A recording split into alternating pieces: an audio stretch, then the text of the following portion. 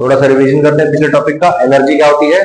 काम करने की क्षमता को ही क्या कहते हैं? एनर्जी कहते हैं। सही है, जितना हम एनर्जी खर्च करेंगे बेसिकली उतना ही काम होगा, है ना।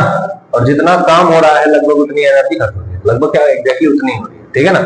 अगर एनर्जी के लॉस को कंसिडर ना करें, ठीक है। ऑब्वियसली मैं अगर एक चेयर को उठा के इधर से इधर लेके आ रहा हूं तो कुछ वर्क हो रहा है, लेकिन लॉस भी हो रहा है कुछ एनर्जी का, यस और no.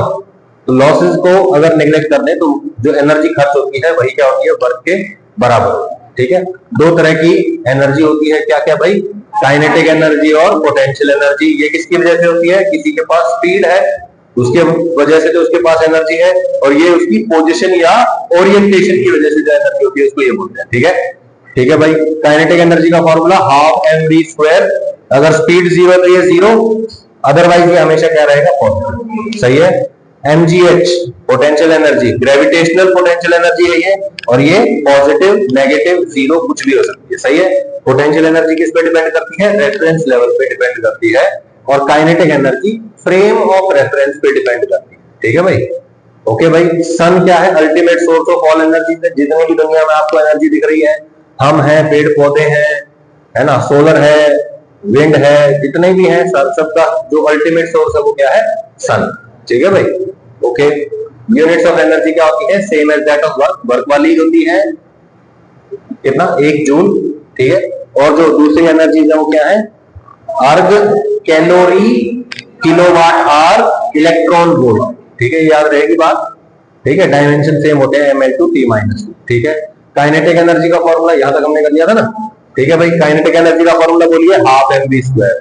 Kinetic energy is equal to half mv square. Kinetic energy is equal to half mv square, या फिर kinetic energy is equal to p square by 2m। Kinetic energy is equal to p square by 2m, ठीक है। p क्या होता है? Momentum, है ना। बोलो, मास का स्क्वायर, वेलोसिटी का स्क्वायर। मास से मास कटेगा, क्या बचेगा? mv स्क्वायर बाय 2, तो हाफ mv स्क्वायर ही तो हो गया। बोलो, काइनेटिक एनर्जी को आप p स्क्वायर बाय 2m लिख सकते हो। 2m को इधर मल्टीप्लाई करो, दोनों साइड रूट ले लो, p is equal to under root 2m kinetic energy. ऐसे भी आप मोमेंटम निकाल सकते हो, सही है। काइनेटिक एनर्जी और मास दिया तो क्या करेंगे? बोलो, इसी फॉर्मूले में रखेंगे। 2m को उधर लेके जाओ, 2m kinetic energy is equal to p square, p is equal to under root 2m kinetic energy. याद रहेगी बात? सही है, कोई दिक्कत? बिल्कुल सिंपल है, ठीक है भाई। Okay, kinetic energy of a body is always positive, या फिर जीरो हो सकता है। जीरो कब होगा? जब स्पीड जीरो दिखाई दे जाए, यस और नो, ठीक है। ओके, काइनेटिक एनर्जी देखो भाई, example, bullet fired from a gun can piers through target because of kinetic energy. ये बीसीएस लिखा हुआ है, ठीक है ना, बिकॉज है, ये शॉर्ट फॉर्म में लिख दिया भाई। एनर्जी बेसिकली क्या होता है? वर्क करने के लायक होता है, यस और नो। एनर्जी है तो वर्क कर सकता है कोई भी ऑब्जेक्ट। किसी के पास काइनेटिक एनर्जी है तो वो क्या किसी दूसरे ऑब्जेक्ट को डिस्प्लेस कर सकता है? यस। जैसे मैं अगर यहां से एक गन को फायर करूं, ऐसे सामने एक ब्लॉक रखा हुआ है, लकड़ी का एक बॉक्स रखा हुआ है, ठीक है ना। उसके अंदर जाके जैसे ही वो बुलेट लगेगी, क्या होगा? क्या वो बॉक्स डिस्प्लेस हो सकता है? यस, है ना। तो बेसिकली क्या हुआ? इस एनर्जी की वजह से वहां कुछ फोर्स लगा और वो डिस्प्लेस हो गया, यस और नो। बोलो, क्या हुआ? वर्क हो गया ना, है ना। तो वो डिस्प्लेस कर सकती है, या लकड़ी के अंदर घुस सकती है। क्यों घुस सकती है? Because of its kinetic energy, ठीक है भाई। दूसरा पॉइंट क्या है? Turbines in a windmill they work by rotation due to kinetic energy carried by air. सही है। जब कोई ऑब्जेक्ट क्या कर रहा है, सॉरी, जब हवा बह रही है तो क्या होता है? विंड मिल के जो टर्बाइन्स है वो क्या कर रहे हैं? घूम रहे हैं, ठीक है। जब वो घूम रहे हैं तो क्या होगा? बोलो, बिजली बनती है। तो वो जो बिजली बनी है, जो इलेक्ट्रिकल एनर्जी हमारे पास आई है, वो कहां से आई है? एयर की विंड एनर्जी से आई, सही है ना। बोलो, wind energy can also do work, है ना, ठीक है भाई। या मैं कहूं कि जो एयर की जो काइनेटिक एनर्जी है उसकी वजह से जो विंग्स है विंड मिल के, है ना, जो टर्बाइन्स है विंड मिल के, वो क्या कर सकते हैं? रोटेट कर सकते हैं, उनको डिस्प्लेस किया जा सकता है, ठीक है भाई। Okay, A nail can piers through would on account of kinetic energy carried by the hammer, ठीक है। आप लकड़ी में कोई कील ठोक रहे हो तो बोलो, वो जो नेल है वो आप ऐसे हाथ से लगा के नहीं घुसा सकते अंदर। कैसे घुसा सकते हो? जब कोई आप उसके ऊपर हैमर मारोगे, है ना। वो हैमर मारोगे तो क्या हो रहा है? बेसिकली उस हैमर के पास जो काइनेटिक एनर्जी है उसकी वजह से ही जो फोर्स लगा के उसको क्या कर सकता है? डिस्प्लेस कर सकता है ना। फोर्स भी लग रहा है, डिस्प्लेसमेंट भी हो रहा है। समझ रहे में आ रहा है ना आपको? ठीक है भाई। A body moves along a straight line with variable speed v is equal to t square plus 2t minus 4 where t is the distance from a fixed point. ठीक है, calculate the kinetic energy of the body when t is equal to 2 metre. ये ध्यान रहे कि आपको क्या दे रखा है भाई, यहाँ पे velocity as a function of x दे रखा है. x लिखा हुआ है t, लेकिन t इसने क्या बोल दिया, is the distance from a fix point, मतलब ओरिजिन से फिक्स डिस्टेंस है ये. सही है, ओके. अब ये क्या कह रहा है, calculate the kinetic energy of the body when t is equal to. सही है, स्पीड गिवन है आपको, एक सेकेंड, स्पीड, हाँ स्पीड गिवन है T square plus 2t minus something रहता है. तो t को क्या पुट कर दो, 2 पुट कर दो, t2 पुट किया, स्पीड आ जाएगी. स्पीड पता चल गया, हाफ एम वी स्क्वायर में पुट कर दो. मास 2 kg गिवन है, 1/2 इंटू मास इंटू स्पीड का स्क्वायर कैसे आएगा, t की जगह कितना रख देंगे, 2 मीटर. आ गया speed, half M V square से काइनेटिक एनर्जी आ जाएगी. यस और no. The momentum of a 3 kilogram body depends on the position as, has नहीं एज आएगा यहाँ पे. ठीक है, कैसे, t is equal to 2x square plus 7x minus 1. Find kinetic energy of the body at x equal to 4. अब की बार क्या दे दिया आपको, मोमेंटम गिवन है, मास गिवन है, मोमेंटम गिवन है. Find kinetic energy of the body. Kinetic energy क्या होगी, p स्क्वायर बाय 2m. बोलो, जैसे जैसे x बदलेगा वैसे वैसे p बदलेगा. x इक्वल टू 4 रख दो यहाँ पे, x इक्वल टू 4 पे जो मोमेंटम है वो आ गया. मोमेंटम पता है, मास पता है, p स्क्वायर बाय 2m कर देंगे, काइनेटिक एनर्जी आ जाएगी. आ जाएगा ना, ठीक है, ओके. पोटेंशियल एनर्जी के बारे में बात कर लेते हैं. क्या होता है पोटेंशियल एनर्जी भाई, एनर्जी ड्यू टू पोजीशन या ओरिएंटेशन. ठीक है, ऑब्जेक्ट कहाँ रखा है और कैसे रखा है, इसके आधार पर जो उसके अंदर एनर्जी होती है, दैट इज पोटेंशियल एनर्जी. ठीक है भाई, पोटेंशियल एनर्जी का फॉर्मूला होता है mgh. सही है, मास ऑफ द ऑब्जेक्ट पता है अपने को, उस जहां पे रखा है उस पॉइंट पे ग्रेविटी कितनी है और हाइट कितनी है उस ऑब्जेक्ट की. अब हाइट कहां से मेजर करेंगे, वो रेफरेंस लेवल से मेजर करेंगे, where h is the distance from reference level या फिर रेफरेंस पॉइंट. ठीक है, रेफरेंस पॉइंट से ऊपर है तो पॉजिटिव एनर्जी, रेफरेंस पॉइंट से नीचे है तो नेगेटिव एनर्जी. इसमें एक आगे चल के एक पॉइंट आएगा, इसमें क्या बोलते हैं इसको, मॉडर्न फिजिक्स में 12th क्लास में जो लास्ट की यूनिट होती है, उसमें क्या होता है, आपको पढ़ाया जाएगा इलेक्ट्रॉन रिवॉल्व कर रहा है न्यूक्लियस के अराउंड. अब इलेक्ट्रॉन रिवॉल्व कर रहा है तो उसके पास बोलो काइनेटिक एनर्जी होगी कि नहीं होगी, काइनेटिक एनर्जी होगी. उसके पास पोटेंशियल एनर्जी भी होगी. ठीक है, तो काइनेटिक एनर्जी और पोटेंशियल एनर्जी मिला के टोटल एनर्जी होगी. यस और नो. अब वहां की जो काइनेटिक एनर्जी है, वहां की जो पोटेंशियल एनर्जी है, उसको कैसे समझेंगे, बोलो वहां पे भी पोटेंशियल एनर्जी, बोलो दो चार्जेस हैं एक दूसरे के साथ, उनका कुछ ना कुछ फोर्स ऑफ इंटरेक्शन है. जैसे मास और अर्थ, उनके बीच में कुछ फोर्स ऑफ इंटरेक्शन है ना, ऐसे ही इलेक्ट्रॉन और न्यूक्लियस के बीच में भी there is some force of attraction बोल दो या इंटरेक्शन बोल दो, है ना. उनके बीच में कोई फोर्स है, उसकी वजह से उनके पास क्या जाती है, एनर्जी. अब एटम इज स्टेबल, मतलब इलेक्ट्रॉन जो चारों तरफ घूम रहा है न्यूक्लियस के, that is in A stable state. अब वहां पे उसकी जो पोटेंशियल एनर्जी होती है वो नेगेटिव होती है. यस सर, आपको कैसे पता नेगेटिव होती है, हमने माना है. कैसे माना, आपने रेफरेंस लेवल क्या लिया, मैं कहता हूं इन्फिनिटी को हम वहां पे रेफरेंस लेवल लेते हैं. ये बात ध्यान रहे कि रेफरेंस लेवल पे जो एनर्जी है दैट इज 0, उससे ज्यादा एनर्जी है तो हम बोलेंगे पॉजिटिव एनर्जी, उससे कम एनर्जी है तो हम क्या बोलेंगे, नेगेटिव एनर्जी. जैसे हम यहाँ क्या बोल रहे हैं कि भाई ये लेवल हो गया रेफरेंस लेवल, इससे ऊपर वाले ऑब्जेक्ट की एनर्जी पॉजिटिव, इससे नीचे वाले ऑब्जेक्ट की एनर्जी नेगेटिव. अब मैं उल्टा बोल रहा हूं कि ये रेफरेंस लेवल है, इससे ज्यादा एनर्जी है तो पॉजिटिव एनर्जी है. यहाँ पे 0 है, इससे ज्यादा एनर्जी तो पॉजिटिव एनर्जी और इससे कम एनर्जी तो नेगेटिव एनर्जी. क्योंकि जब इलेक्ट्रॉन की बात करते हैं हम तो उसकी प्लेसमेंट की बात नहीं कर रहे हैं, हम उसके फोर्स ऑफ इंटरेक्शन या स्टेबिलिटी की बात करते हैं वहां. ठीक है, तो इंफिनिटी पे बोलो न्यूक्लियस यहाँ है, इलेक्ट्रॉन कहीं इंफिनिटी पे चला गया, तो बोलो उन दोनों के बीच में कोई फोर्स ऑफ इंटरेक्शन नहीं है, कोई स्टेबिलिटी वगैरह कुछ है ही नहीं. तो हम बोलते हैं कि जब इंफिनिटी पे है तो उनके बीच में जो पोटेंशियल एनर्जी है, potential energy between the system of nucleus and electron, वो 0 होती है. अब जब इलेक्ट्रॉन न्यूक्लियस के पास आ जाता है, वैसे रोटेट कर रहा है उसके अराउंड, है उसके अराउंड घूम रहा है, तब जो एनर्जी है वो उस रेफरेंस लेवल से भी कम एनर्जी है, इसलिए हम यहाँ पे नेगेटिव एनर्जी बोलते हैं. समझ में आया मैं जो बोल रहा हूं? आगे के लिए चेता रहा हूं बस, मैं कुछ नहीं। ठीक है, ओके, ठीक है। तो एच यहां पे क्या लेंगे भाई, बोलो? रेफरेंस लेवल से डिस्टेंस या हाइट लेंगे। ठीक है, okay. If reference point is eight ground, the potential energy of the object placed at ground is zero. भाई ग्राउंड पे रेफरेंस लेवल है, रेफरेंस लेवल की एनर्जी जीरो, तो ग्राउंड पे रखे हुए ऑब्जेक्ट की एनर्जी हो जाएगी zero. And above the ground it is positive, below the ground it is negative. If the reference point is at a higher level, then the potential energy of the object placed on the ground is negative। समझ में आया भाई? अगर मैंने किसी higher point को, इस level को मैंने रेफरेंस लिया है, तो इसके नीचे मान लो ग्राउंड है, तो ग्राउंड के लेवल को हम क्या मानेंगे? नेगेटिव एनर्जी लेवल मानेंगे। सही है भाई, कोई दिक्कत भाई? ठीक है, तो देखिए भाई यहां पे क्या हो रहा है, ये है मेरा रेफरेंस, सॉरी ये है मेरा रेफरेंस लेवल। ऑब्जेक्ट अगर यहां रखा हुआ है तो हम क्या बोलेंगे? Energy is positive.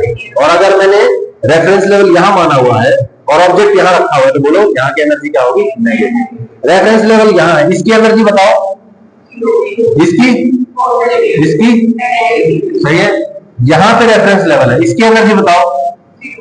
इसकी इसकी सही है, बिल्कुल सिंपल है।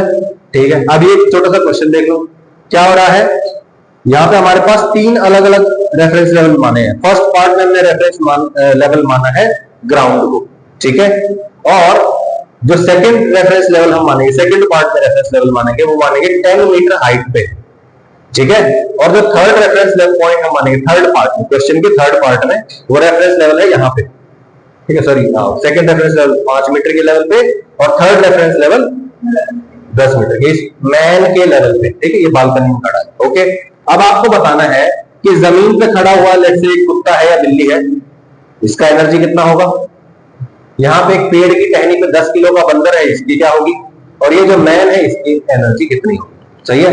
तो अब आप मुझे जवाब देंगे, ठीक है। बोलिए भाई, अगर मैं फर्स्ट को रेफरेंस लेवल मान रहा हूं, मतलब ग्राउंड को रेफरेंस लेवल मान रहा हूं, ठीक है। ये है ऑब्जेक्ट ए, ये है ऑब्जेक्ट बी और ये है ऑब्जेक्ट सी, ठीक है भाई। तो बोलो एक एक करके पूछूंगा सबसे, ठीक है। रेफरेंस लेवल ये है, तो बोलो पोटेंशियल एनर्जी ऑफ ए क्या होगा, एक एक करके पूछूंगा।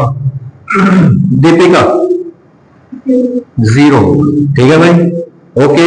पोटेंशियल एनर्जी ऑफ बी कितना होगा, ये बताएगा मुझे Mandeep. Potential energy of object B, इसकी एनर्जी क्या होगी जब ये रेफरेंस लेवल है। नेगेटिव कैसे होगी, जब ये रेफरेंस लेवल है, ये लेवल 0, इसके नीचे नेगेटिव, इसके ऊपर पॉजिटिव, तो ये ऊपर है कि नीचे है, ऊपर है, तो एनर्जी क्या होगी, पॉजिटिव कि नेगेटिव, पॉजिटिव। तो बताओ कितनी एनर्जी होगी। फॉर्मूला होता है mgh।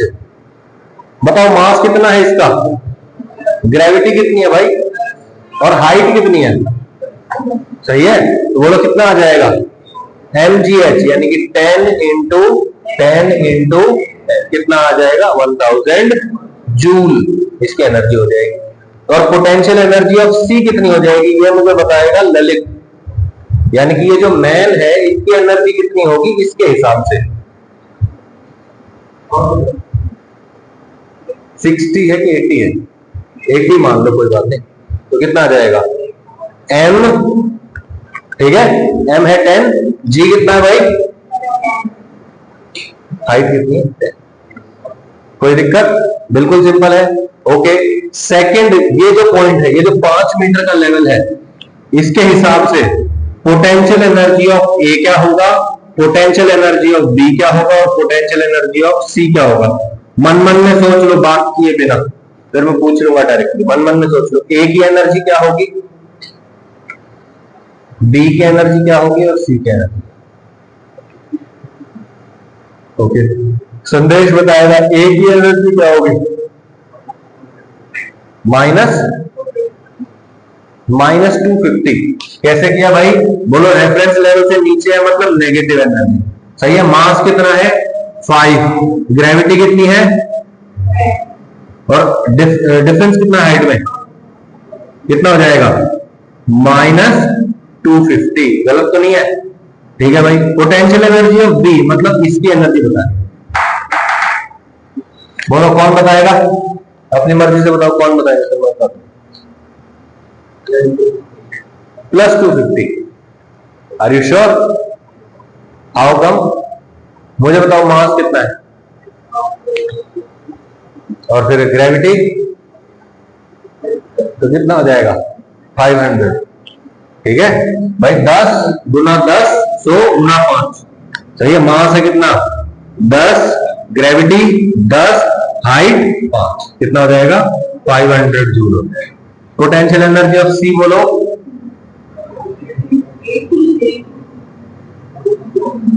सही है। सिमिलरली 3 को अगर रेफरेंस लेवल मान लेते हैं तो क्या होगा, third is the reference level. बोलो potential energy of A, potential energy of B और पोटेंशियल एनर्जी ऑफ सी। बोलिए बी और सी का एनर्जी लेवल क्या, एनर्जी कितना हो जाएगा 0, क्योंकि यही रेफरेंस लेवल है।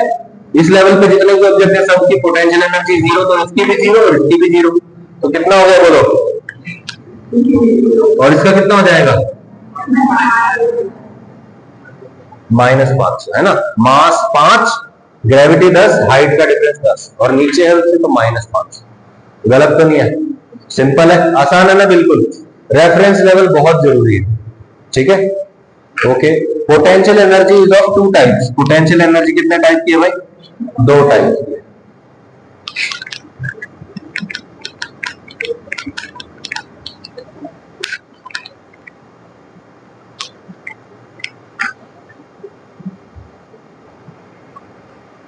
Potential energy is of 2 types.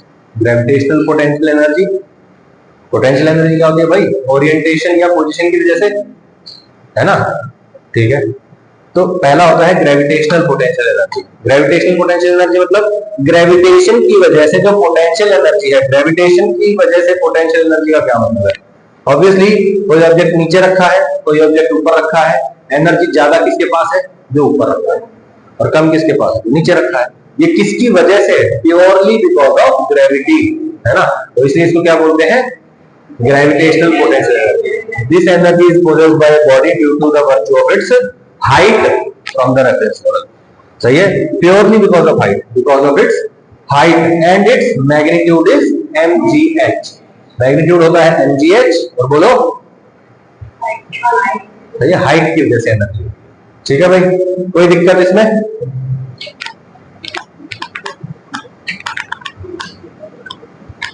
ठीक है, दूसरा है इलास्टिक पोटेंशियल एनर्जी। अब इलास्टिक पोटेंशियल एनर्जी का मतलब है इलास्टिसिटी की वजह से कोई ऑब्जेक्ट अपनी इलास्टिक होने की वजह से जो एनर्जी पोजेस कर रहा है उसको क्या बोलेंगे, इलास्टिक पोटेंशियल एनर्जी। अब तक हमने कौन सी चीज पढ़ी है जो बहुत इलास्टिक होती है, स्प्रिंग, है ना। स्प्रिंग को दबा देते हैं तो उसके पास एनर्जी आ जाती है, स्प्रिंग को खींच देते हैं तो भी उसके पास एनर्जी आ जाती है। यानी कि जो इलास्टिक पोटेंशियल एनर्जी है, this is due to the orientation of the object, है ना। जिस तरीके से वो रखा है ना, वो दबा के रखा हुआ है या वो खींच के रखा हुआ है, सही है, उसकी वजह से जो एनर्जी है that is elastic potential energy.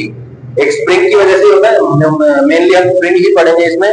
और spring elastic potential energy, GPE मतलब ग्रेविटेशनल पोटेंशियल एनर्जी, ईपीई मतलब इलास्टिक पोटेंशियल एनर्जी क्या होता है, हाफ के एक्स स्क्वायर, 1/2 के एक्स स्क्वायर। ये होता है क्या भाई, elastic potential energy, where X is the displacement from mean position. सही है भाई, जो स्प्रिंग है वो ऐसे दीवार से ऐसे खींचा हुआ, ठीक है, ऐसे दीवार से अटैच था। इसकी जो टोटल लेंथ थी, लेट से 2 मीटर थी, ठीक है। अब मैंने क्या किया, इसको मैंने खींच लिया, इसको मैंने खींच के क्या किया, इसकी जो टोटल लंबाई है इसको 2.5 मीटर कर दिया। सही है, what is the change in length, 0.5 metre. यही x है आपका। सही है भाई, ये था इसका मीन पोजीशन। सही है, जहां पे आराम से बिना किसी परेशानी के बिना खींचे रहता है। सही है, तो अब इस पॉइंट को मैंने कहां पहुंचा दिया, इस पॉइंट को मैंने इस जगह पहुंचा दिया। तो बोलो कितना डिस्टेंस हो गया ये, 0.5। सही है, बेसिकली ये जो x है ये क्या है, जो नेचुरल लेंथ वाली पोजीशन थी, है ना, उसको कहां तक पहुंचा दिया हमने, जितना मूव करवाया है दैट इज x। या मैं कहूंगा एक्सटेंशन इन द स्प्रिंग या कंप्रेशन इन द स्प्रिंग को ही हम क्या बोल देते हैं, x बोल देते हैं। तो बोलो what is elastic potential energy, half K X square. Force में और एनर्जी में फर्क है, ये ध्यान रखना। क्या कह रहा हूं मैं? फोर्स में और एनर्जी में फर्क है। फोर्स क्या होती है? माइनस के एक्स, है ना, और एनर्जी क्या होती है? Half K X square. सही है, ये बात ध्यान रहेगी भाई? ठीक है, कोई दिक्कत तो नहीं है? ओके, क्लियर है?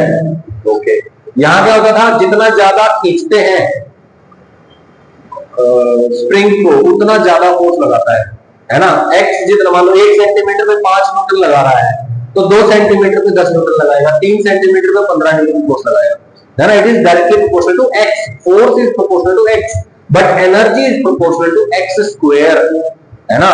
अगर मैंने 1 मीटर किसी स्प्रिंग को खींच दिया, बहुत लंबा स्प्रिंग है, 1 मीटर खींच दिया, उसके अंदर एनर्जी आ गई 100 जूल।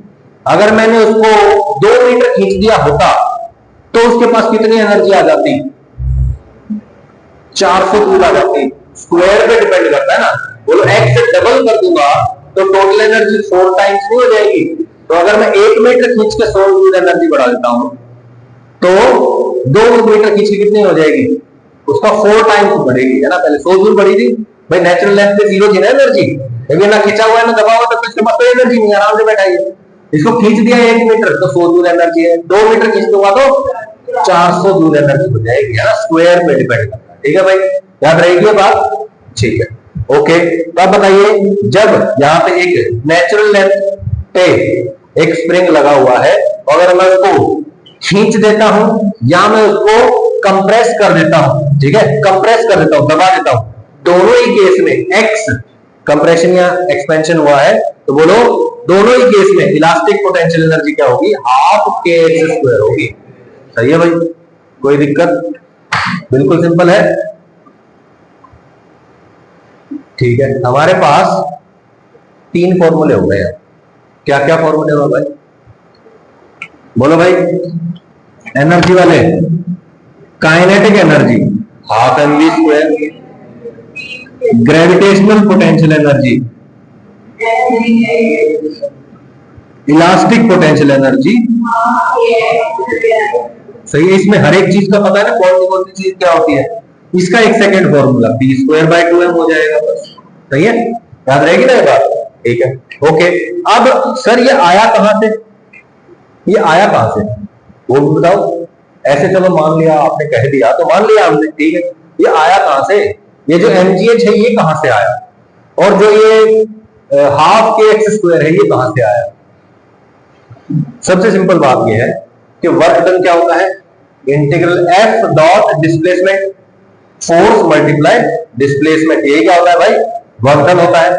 इमेजिन करिए कि मैं यहां पे इस स्प्रिंग को क्या कर रहा हूं? खींच रहा हूं, ठीक है। स्प्रिंग को मैं खींच रहा हूं धीरे धीरे, आराम से नेचुरल लेंथ पे था, मैंने धीरे धीरे करके उसको खींचना चालू किया और टोटल एक्सटेंशन कितना कर दिया? एक्स एक्सटेंशन कर दिया। अब धीरे धीरे क्यों खींच रहा हूं मैं? धीरे धीरे इसलिए खींच रहा हूं क्योंकि जब मैं खींच रहा हूं तो धीरे धीरे खींच रहा हूं, मतलब इधर वाले मेरी खींचने की फोर्स और जो स्प्रिंग की फोर्स है वो ऑलमोस्ट क्या है? इक्वल है, ठीक है। उसको खींचा जा रहा है, ठीक है ना। ओके, अब मैं कह रहा हूं कि जब मैंने उसको खींचा तो बोलो मैंने फोर्स कहां लगाया? इधर। डिस्प्लेसमेंट किधर हो? इधर। मतलब मैंने वर्क क्या किया है? पॉजिटिव। मेरा वर्क पॉजिटिव है। अच्छा, मैंने कुछ वर्क किया है मतलब मैंने कुछ एनर्जी खर्च की है, वो एनर्जी डिस्ट्रॉय हो गई ना। एनर्जी डिस्ट्रॉय हो सकती है क्या? मैंने वर्क करने के लिए एनर्जी खर्च की है, स्पेंड करी है, वो एनर्जी कहां चली गई? वो एनर्जी स्प्रिंग में स्टोर हो गई as elastic potential energy. Law of conservation of energy क्या कहता है? एक फॉर्म से दूसरी फॉर्म में कन्वर्ट हो सकता है, डिस्ट्रॉय नहीं हो सकता, क्रिएट नहीं हो सकता। तो जब मैंने वर्क किया तो मैंने एनर्जी खर्च की, मेरी एनर्जी कहां चली गई? स्प्रिंग की इलास्टिक पोटेंशियल एनर्जी के रूप में स्टोर हो गई। सही है, सही है, ओके। तो मैंने जो फोर्स लगाया और जो स्प्रिंग ने फोर्स लगाया, धीरे धीरे खींच रहा हूं तो क्या होगा बोलो? इक्वल रहेगा मेरा फोर्स और स्प्रिंग का फोर्स, यानी कि work done by me is equal to energy spent by me is equal to energy stored in the spring. Yes और नो? सही है, तो मैं इन तीनों में से कुछ भी निकाल सकता हूं, वर्क डन निकाल लेता हूं, एनर्जी स्टोर्ड आ जाएगी। बोलो वर्क कितना करते हैं हम? वर्क डन का formula integration force into displacement. बोलो एक्स डायरेक्शन में ही डिस्प्लेसमेंट हो रहा है। मैं कहता हूं मैंने ना एफ फोर्स लगा के एक छोटा सा डिस्प्लेसमेंट डीएक्स किया था, तो वर्क डन हुआ था डी डब्ल्यू। सही है, इंटीग्रेट कर दो, ये डी हट जाएगा, इधर इंटीग्रेशन में इंटीग्रेशन एफ डॉट डीएक्स आ जाएगा। मैंने कितना फोर्स लगाया था, स्प्रिंग फोर्स के बराबर, जो कि कितना था, के एक्स। सही है भाई, ओके। अब बताओ के बाहर, इंटीग्रेशन एक्स डीएक्स सुना है अभी, क्या होता है, एक्स स्क्वायर बाय 2। हाँ, लिमिट लग जाएगी 0 से x, तो बोलो 2 बाहर निकाल दिया मैंने, 0 से x, एक बार x की जगह एक तरफ -0, तो यही तो आ जाएगा। यस और नो, बोलो भाई, क्योंकि इनिशियली x का वैल्यू 0 था, फाइनल x का वैल्यू x था। सही है ना, तो बोलो इतना मैंने वर्क किया है, ये work done by the spring नहीं है, ध्यान रहे, ये किसका वर्क डन है, वर्क डन बाय मी। सही है, स्प्रिंग का वर्क क्या होगा, इसका एग्जैक्ट नेगेटिव। क्यों भाई, क्योंकि मैंने जब इस स्प्रिंग को खींचा था, मैंने फोर्स इधर लगाया, डिस्प्लेसमेंट भी इधर हुआ, स्प्रिंग ने इधर खींचा था, है ना, और डिस्प्लेसमेंट उधर हुआ, दोनों का वर्क एक दूसरे का नेगेटिव। सही है, तो वर्क डन बाय स्प्रिंग के लिए क्या करेंगे, नेगेटिव कर देंगे, -12 kx², और energy stored in the spring 12 kx²। कोई दिक्कत भाई, बिल्कुल सिंपल है। अच्छा, अब आप कहोगे कि सर अगर ये स्प्रिंग पहले से ही खींचा हुआ होता, तो मान लो इसमें पहले से ही कुछ एक्स आई एक्सटेंशन हो रखा था, और बाद में इसमें कुछ एक्स फाइनल एक्सटेंशन हो गया, तो ये करना मुश्किल है। क्या कर रहे हैं हम यहाँ पे, बोलो x²/2 बनेगा, लिमिट लगेगी एक्स आई से एक्स एफ। सही है, यहाँ के लगा हुआ है, मैं कहता हूं 2 को चाहे बाहर निकालो, 2 कांस्टेंट है।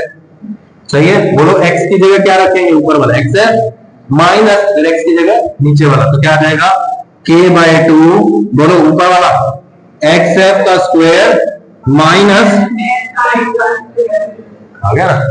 अच्छा, इसको ब्रैकेट को ओपन कर दो, क्या हो गया ये, 1/2 kx² माइनस 1/2 kxi²।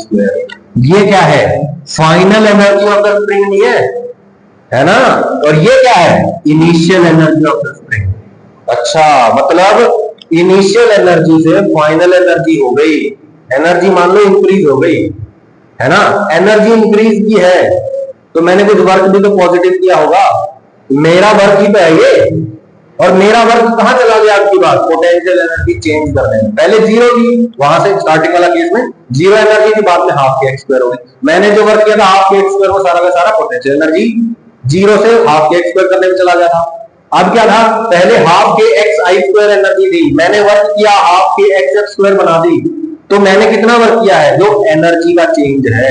ये भी एक मंत्र है आपके लिए आने वाले क्वेश्चन में, क्या, कि जब आप इस तरह के क्वेश्चन सॉल्व करेंगे, उसमें क्या मिलेगा आपको, work done is equal to change in potential energy. कि कोई भी एक्सटर्नल एजेंट है, एक्सटर्नल एजेंट इस सिस्टम के लिए, एक्सटर्नल एजेंट ने कितना काम किया, जितना इस सिस्टम की एनर्जी चेंज हुई है उतना ही काम किया, क्योंकि मैंने जो काम किया है, मैंने जो एनर्जी खर्च की, वो कहां चली गई, इस सिस्टम की एनर्जी चेंज करने में चली गई। यस और नो, कोई दिक्कत। अब आप लोगों ने पढ़ा होगा 9th क्लास में, थोड़ा थोड़ा हो सकता है, क्या, कि initial energy is equal to final energy, है ना भाई, कोई भी चीज हो रही है, initial energy is equal to final energy हमेशा लिख देते हैं क्या, हमेशा नहीं लिख सकते हैं। ये तब लिख सकते हैं जब कोई बाहर से फोर्स ना लगा रहा हो, अगर कोई बाहर से फोर्स लगा रहा है तो वो सिस्टम की एनर्जी को चेंज कर देगा ना। सही है, तो वो वाला केस आगे चल के आएगा, ठीक है ना, उसको बोलते हैं वर्क एनर्जी थ्योरम। वर्क करके क्या एनर्जी के साथ छेड़खानी की जा रही है, क्या एनर्जी में चेंज आ रहा है, ठीक है। वो बहुत ही एडवांस टॉपिक है, जेईई एडवांस में पता नहीं कितनी बार क्वेश्चन पूछे गए, और बार बार क्वेश्चन पूछे जाते हैं, ठीक है। तो अगर आपने, जैसे जो law of conservation of energy है ना, वो एक तरह से वर्क एनर्जी थ्योरम का ही सब पार्ट है। Special case of work energy theorem is equal to law of conservation of energy, ठीक है ना, फॉर ए सिस्टम। ठीक है, यहां तक कोई डाउट है तो बताइए भाई। बिल्कुल सिंपल है भाई। टोटल एनर्जी क्या होती है भाई, टोटल एनर्जी नाम में ही आ गया, total energy sum of kinetic energy and potential energy. सही है भाई, ओके। देखिए भाई, total energy is equal to potential energy plus kinetic energy. अगर सिर्फ ग्रेविटेशनल पोटेंशियल एनर्जी हो तो mgh plus half M V square कर देंगे। जब ओनली इलास्टिक एनर्जी हो तो half K X square plus half M V square कर देंगे। और जब सब कुछ हो तो ग्रेविटेशनल एनर्जी भी लेनी पड़ेगी, इलास्टिक पोटेंशियल एनर्जी भी लेनी पड़ेगी और काइनेटिक एनर्जी भी लेनी पड़ेगी। सब कुछ मिला के आपकी टोटल एनर्जी बनेगी। समझ में नहीं आया क्या? सही है, ठीक है। ये दोनों मिलके क्या है? Potential energy, total potential energy, और इसको काइनेटिक से जोड़ देंगे तो ये टोटल एनर्जी बन जाएगी। सही है भाई। Law of conservation of energy बचपन में पढ़ा, कई बार पढ़ चुके हैं हम, है ना। What time is it? 10:06। ठीक है, law of conservation of energy आप लोग पढ़ चुके हैं। वैसे क्या होता है? Energy can neither be created not be destroyed, it can be converted from one form to the other. ठीक है, ये हम कल पढ़ते हैं। ठीक है, thank you for your time. I hope कि आप लोग पढ़ के आएंगे, समझ में आ गया। क्या कोई डाउट है किसी चीज में? एब्सोल्यूट क्लियर है। इसे बार बार रिवाइज करेंगे तो याद हो जाएगा। Thank you for your time.